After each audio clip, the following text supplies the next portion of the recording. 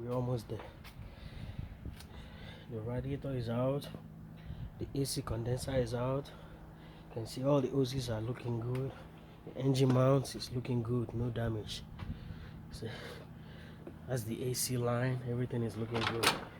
All I'm doing is just pulling this. See, I don't have no frame machine, so I have to devise a plan just to pull this. I have to pull it out. See, this was out before. When you pull this out, this goes back in automatically.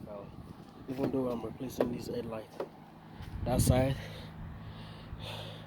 I'm doing the same thing on that side. See, that's how it's done. See, pull it. See, everything is aligned. By the time we're done, you see the result.